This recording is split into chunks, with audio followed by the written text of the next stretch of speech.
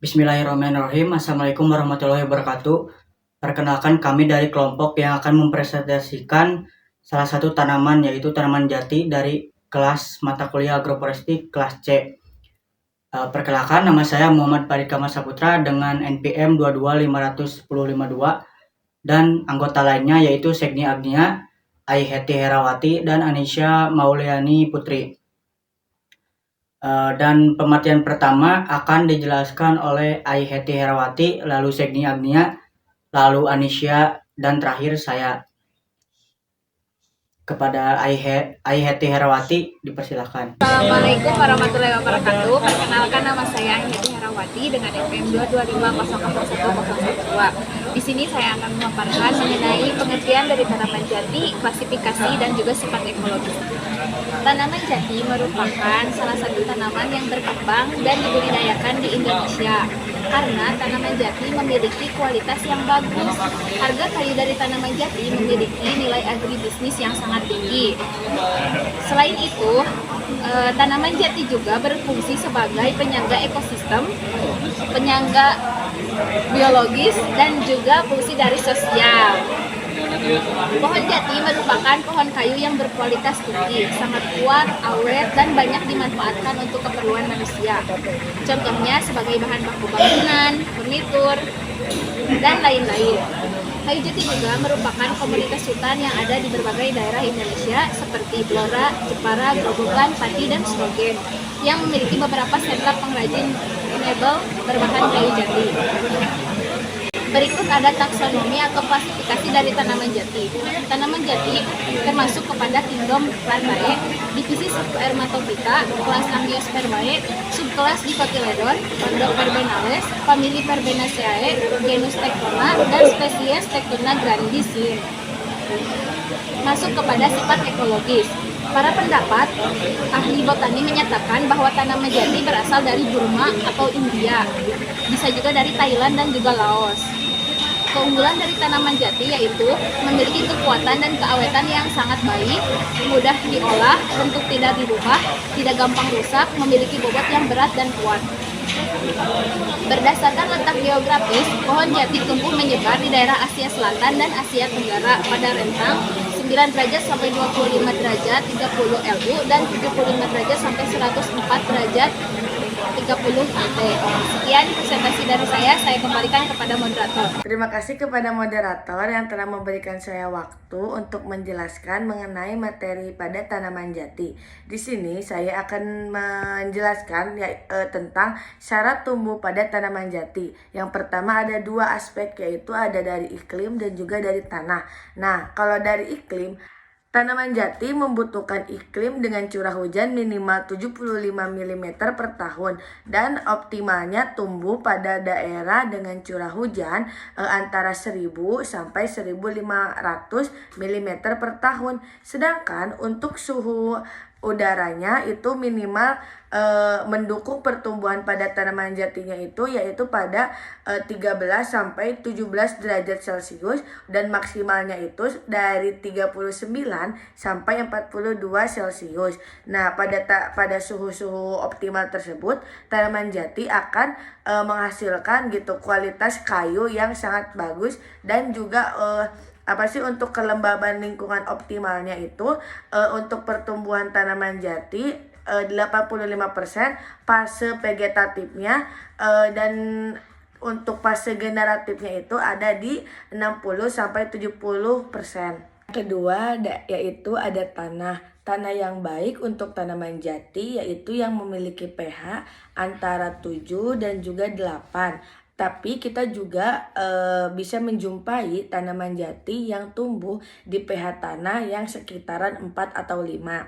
Terus tanah yang baik juga mengandung tanah yang ada kapur dan juga fosfor seperti tanah lempung berpasir dan juga liat berpasir.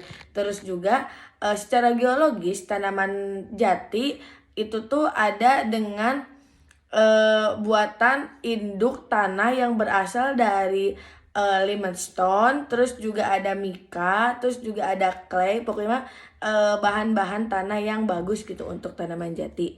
Terus juga Terima kasih. Sebelumnya, perkenalkan nama saya Anisya Maulini Putri dengan nomor NPM 2251088. Nah, pada kesempatan kali ini, saya akan memaparkan materi mengenai 4 cara perawatan pada tanaman jati atau Tectona grandis Linn. Nah, yang pertama ada pemupukan. Pemupukan ini dilakukan secara rutin setiap 6 bulan sekali dengan pupuk kandang dan NPK. Dosisnya sekitar 250 gram. Apabila pemupukan dilakukan secara tepat, akan menghasilkan kualitas pertumbuhan yang baik pada pohon jati. Yang kedua, yakni penyulaman. Penyulaman ini dilakukan untuk mengganti tanaman yang mati atau tumbuhnya tidak normal setelah ditanam dengan tanaman yang baru. Yang ketiga ada penyiangan. Pada tahap ini dilakukan pada usia sekitar 3 bulan sekali pada tahun pertama dan pada tahun kedua. Sedangkan pada tahun ketiga dilakukan penyiangan jalur, pembebasan, dan pendengiran. Tidak lupa juga dengan pengendalian gulma yang dilakukan secara manual. Yang terakhir ada penjarangan. Penjarangan ini dilakukan untuk memperlebar jarak tanam atau mengurangi jumlah pohon agar pertumbuhan dalam suatu area lebih merata sehingga dihasilkan mutu kayu yang meningkat. Sekian pemaparan materi yang dapat saya sampaikan. Saya kembalikan kepada moderator. Selanjutnya yaitu manfaat dari pohon jati. Yang pertama sebagai pernir. Pernir merupakan pelapis permukaan kayu yang bisa membuat tampilan kayu lebih menarik, bagus, dan tahan lama.